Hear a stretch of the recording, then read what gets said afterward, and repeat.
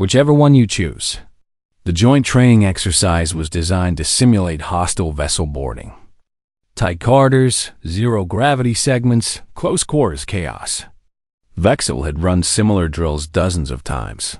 Never while half the Academy's population crammed observation galleries. Ignore them, Kyle said, checking their equipment harness. They're hoping for drama. Disappoint them by being competent. The betting pools had reached triple digits. Someone was running odds on whether Vexel would tackle Kyle or salute them. The simulation began with artificial gravity cutting out. Vexel adapted instantly. Therans evolved in low-gravity environments, multiple limbs providing maneuvering advantages. Kyle moved like water, using corridor walls for thrust, rotating mid-flight to maintain tactical awareness. The first simulated threats appeared holographic hostiles programmed to coalition standards. Vexel took high position using the ceiling while Kyle swept low. Their movements synchronized without verbal communication. Pattern recognition. Mutual tactical assessment. The wordless coordination that usually required months of partnership. They cleared the first corridor in 40 seconds. Not bad, Kyle said through comms. You're better in zero-G than the files indicated. I may have understated my capabilities during initial assessments. Seems strategically prudent. Sneaky. I approve. The second wave came from multiple vectors above, below, through side passages. Standard ambush pattern. Vexel registered 17 distinct targets in the first second, prioritized by threat level and proximity, then moved. 4 arms meant 4 vectors of attack. They disabled the nearest 3 threats with precise strikes while using back legs to maintain position. Peripheral vision caught Kyle engaging 5 targets simultaneously, using confined space to prevent coordinated assault. Then the ceiling panel gave way. Not simulation. Actual structural failure. Decades-old station.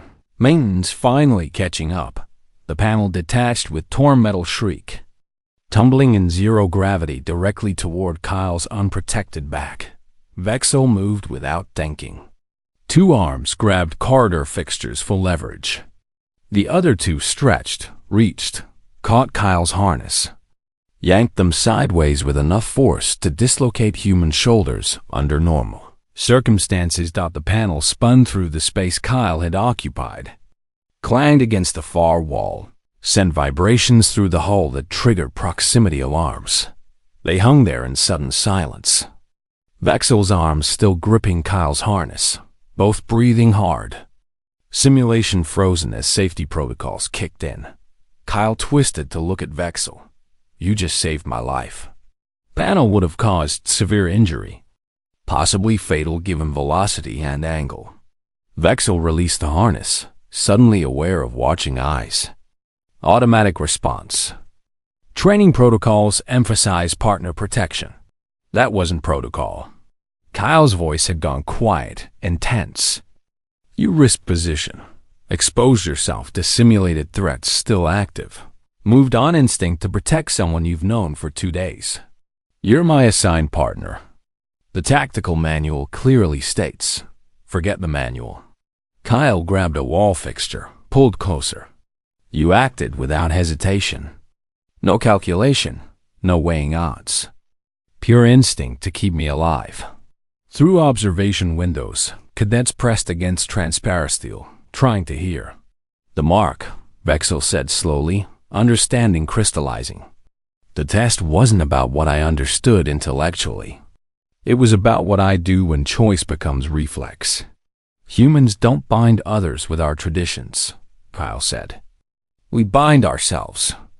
The marks, the rituals, the deliberately vague protocols, they're all frameworks for a simple question. When violence becomes real, who stands beside you? Not because they're ordered to, not because tradition demands it, but because their instinct overrides self-preservation. The corridor's main hatch opened. Station security arrived, followed by medical personnel. Then the drill instructor whose expression suggested significant paperwork in someone's future. They cleared Kyle and Wetzel through medical scanners, confirmed no injuries, released them with stern warnings about reporting equipment malfunctions. The crowd of cadets parted as they walked through. Some species showed respect through posture changes.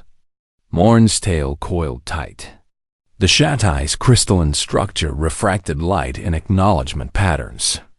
The humans marked and unmarked both simply nodded. One human, older than Academy standard with marks covering their hands, caught Wetzel's attention and tapped their own wrist twice. Recognition signal, meaning opaque but intent clear. What happens now? Wetzel asked once they'd reached a quieter corridor. I passed your test. Do I get an explanation of what obligation exists between us, or do humans prefer continued ambiguity? Kyle leaned against the wall, studying Wetzel with unnerving binocular focus. The touch meant nothing legally. No oath binding, no challenge accepted, no formal alliance declared. Those frameworks exist in human culture, but they're voluntary. You didn't volunteer. Then, what was the point of the last 2 days? Character assessment. Humans use these unspoken rules to evaluate who can be trusted when the shooting starts. Words lie. Research lies. Even behavior under controlled conditions can be performance. But instinct?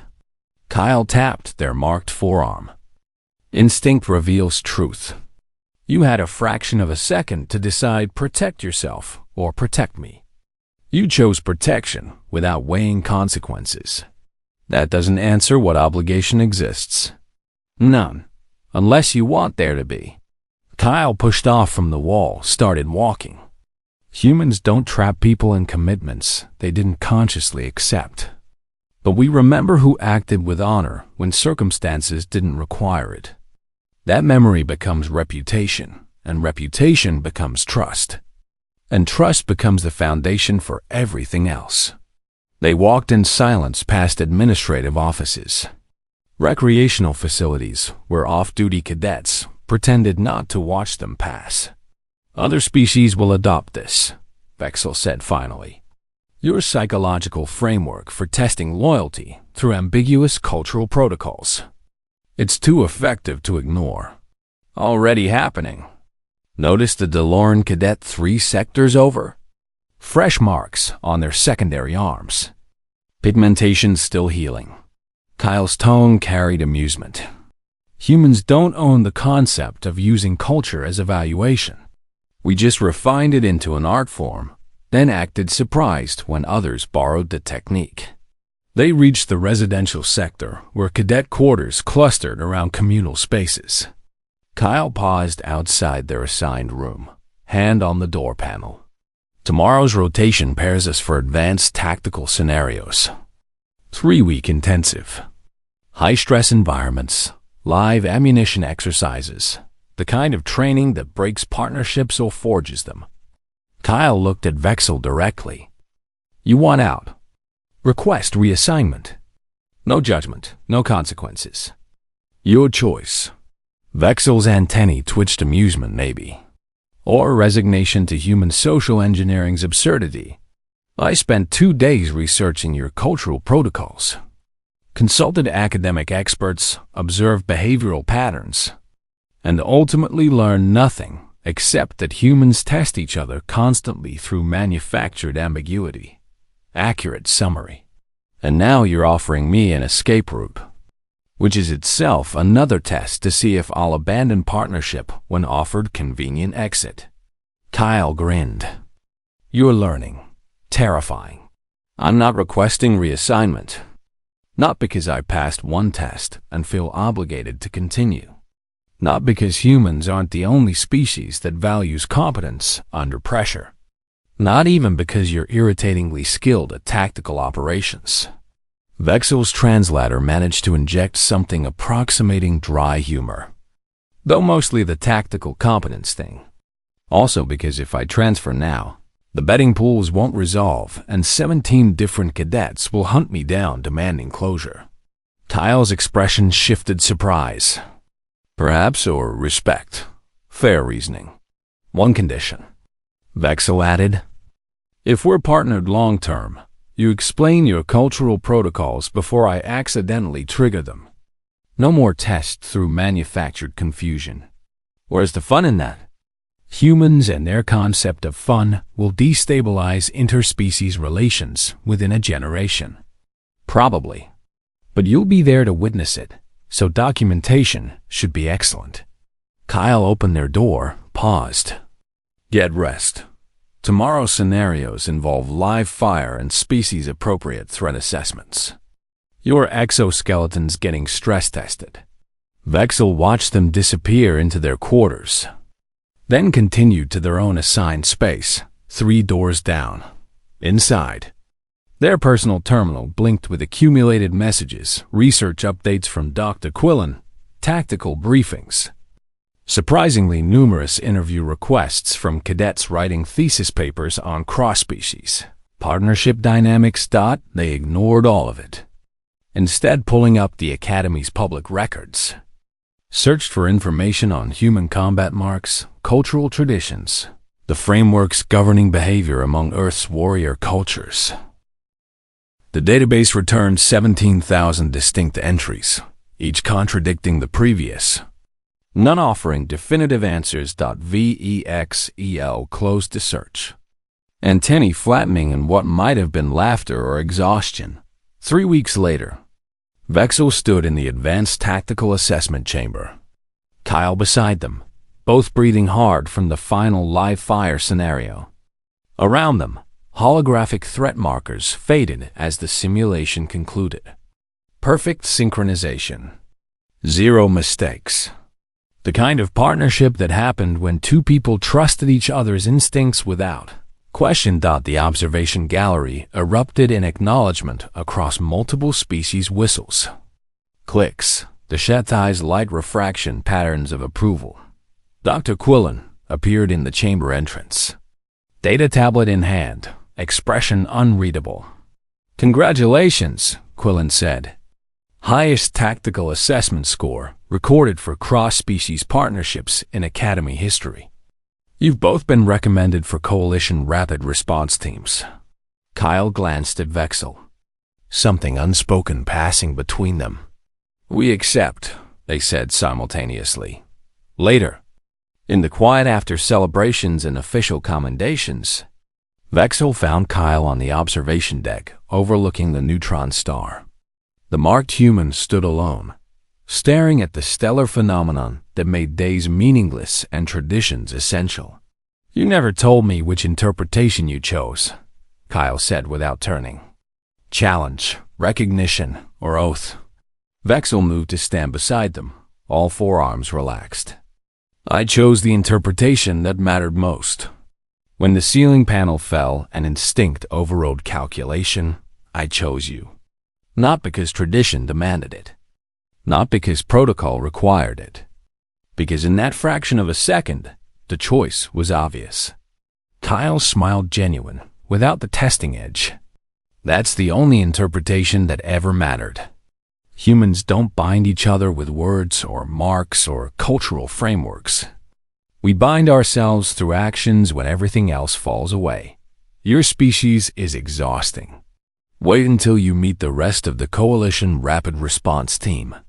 We're the diplomatic ones. Vexel's antennae rose in alarm. That's terrifying. Welcome to humanity's reputation across the galaxy. Kyle extended their marked forearm, not hidden now, openly displayed. Partners? Vexel reached out with one hand, gripped the forearm firmly. Felt the significance of the gesture settle into place like armor clasps securing before combat. Partners, Vexel confirmed. Around them. The station continued its eternal orbit, carrying hundreds of species learning to function together despite contradicting customs and deliberately vague traditions. Some bonds formed through treaties and regulations. Others formed through shared survival and trust earned in moments when choice became reflex. Vexel had accidentally touched a human combat mark 2 days into their academy training, triggering tests they didn't understand and obligations they hadn't requested. 3 weeks later, They understood what humans had known all along. The strongest bonds weren't created by tradition or obligation. They were forged by individuals who chose to stand together when circumstances didn't require it. When instinct overrode self-preservation, when the answer to who stands beside you needed no words at all, just action. Just trust. Just two people deciding that partnership meant something more than protocol could ever define.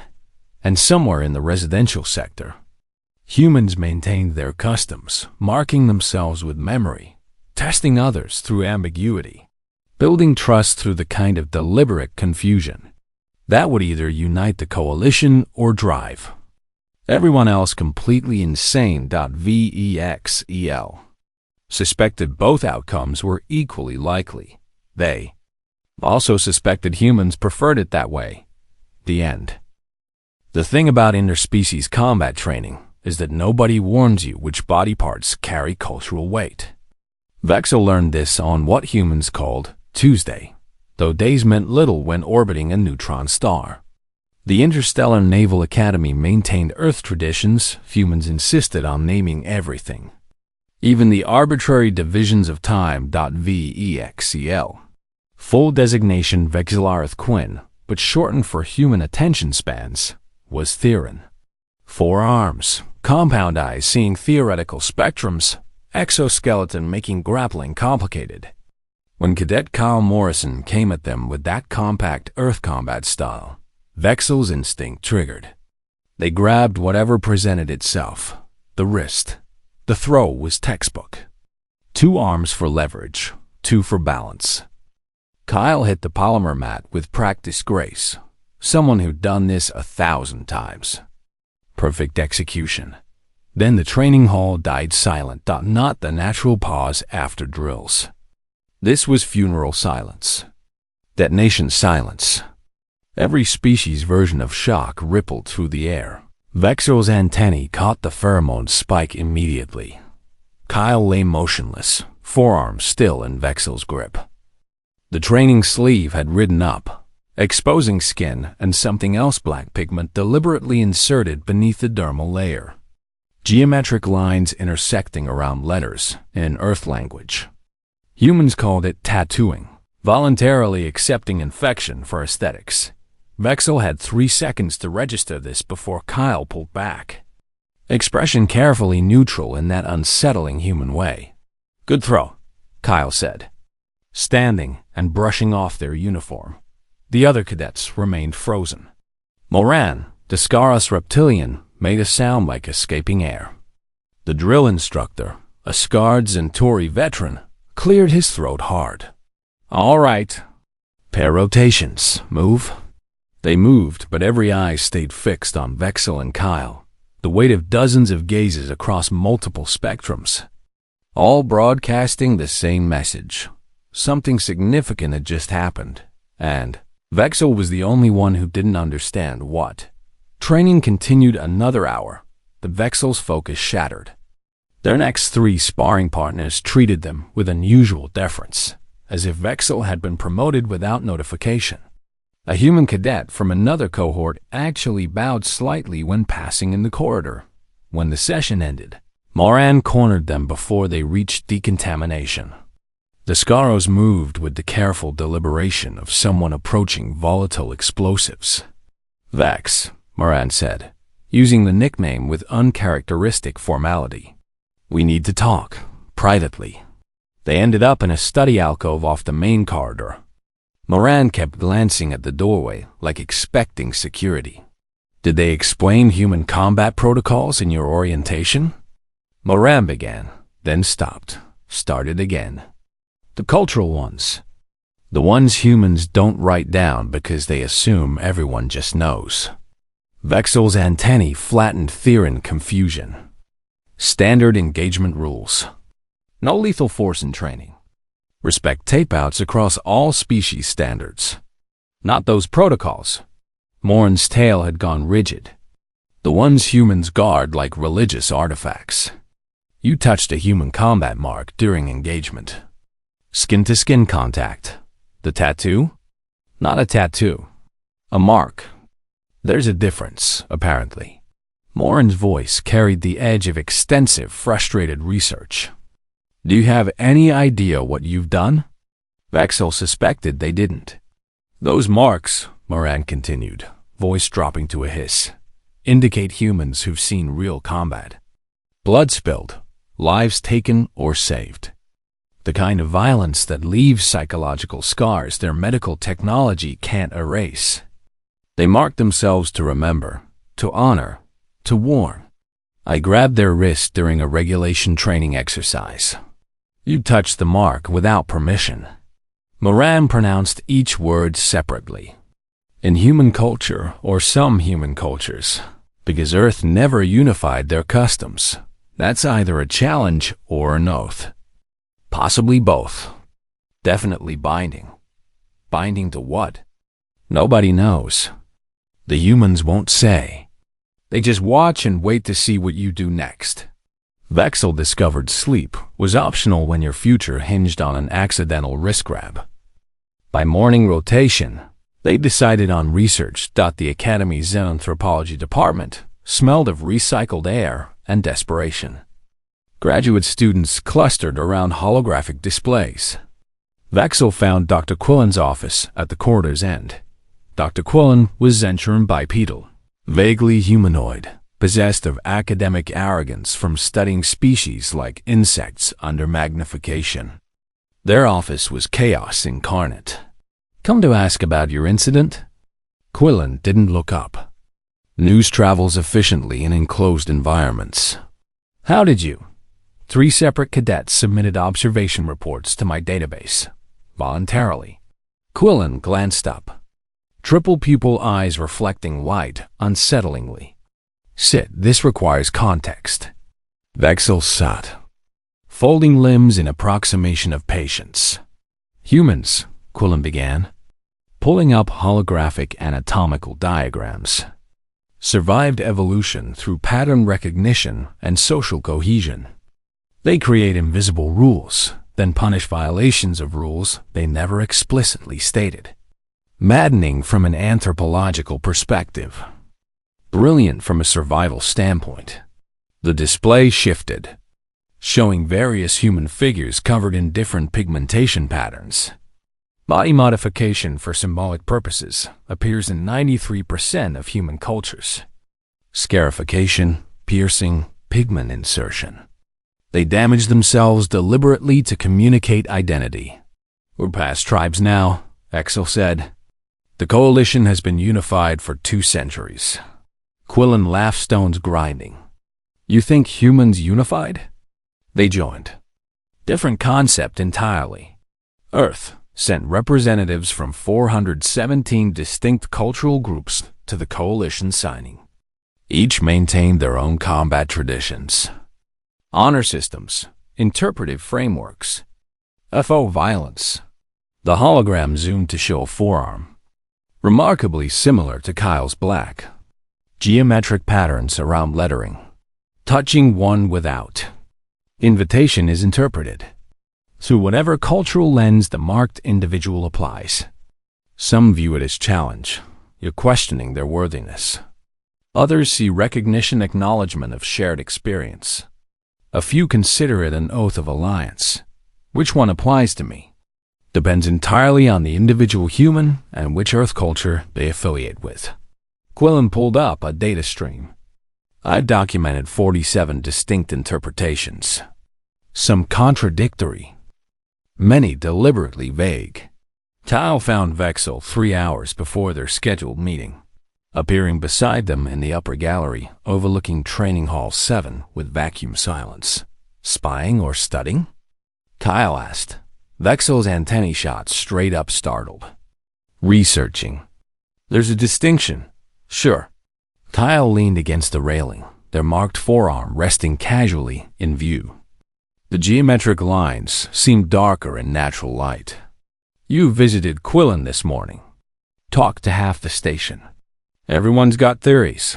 You're monitoring my movements. Station's small. People talk. Kyle glanced sideways. You want to know what it means, touching the mark? Ask now. This felt like a test within tests. I was attempting to demonstrate respect through patience. Or you were stalling because you're scared of the answer. No judgment in Kyle's tone. Just observation. Most species are scared of us once they dig past the recruitment propaganda. Below, 2 cadets executed a painful-looking throw combination. Kyle spoke first. Where I'm from, Earth region called the Northern Reaches. Specific military branch doesn't matter anymore. Marks like these are memory insurance. You survived something that should have killed you. You mark yourself so you don't forget what it cost. Who it cost? They rolled their sleeve higher. Up close, the design was intricate letters in English, woven between geometric shapes. These lines represent 6 people who didn't make it back from a retrieval operation in the Outram sector. Classified mission 3 years ago. The letters are their initials. The shapes are star patterns visible from where we lost them. I didn't intend disrespect by touching it. I know. You grabbed what was available during legitimate training. Textbook throw, by the way. Kyle straightened, facing Vexel directly. But here's the thing about human traditions. They're not consistent. Ask 10 marked humans what your touch meant. You'll get 15 different answers. I counted 47 interpretations in Dr. Quillen's database. Kyle laughed, genuine and sharp. Quillen's lowballing. My mark in my specific cultural context, touching it without permission, traditionally means one of 3 things. Vexel waited, all 4 arms still with attention. First option, challenge. You're questioning whether I earned this mark. Second option, recognition. You've got your own combat experience, acknowledging mine. Wordless understanding between people who've seen things they can't explain to civilians. Kyle's expression hardened. And third, oath. Not quite alliance, not quite subordination. More like you've witnessed my history. I've witnessed your response. We're bound now by mutual knowledge. Which one applies to me?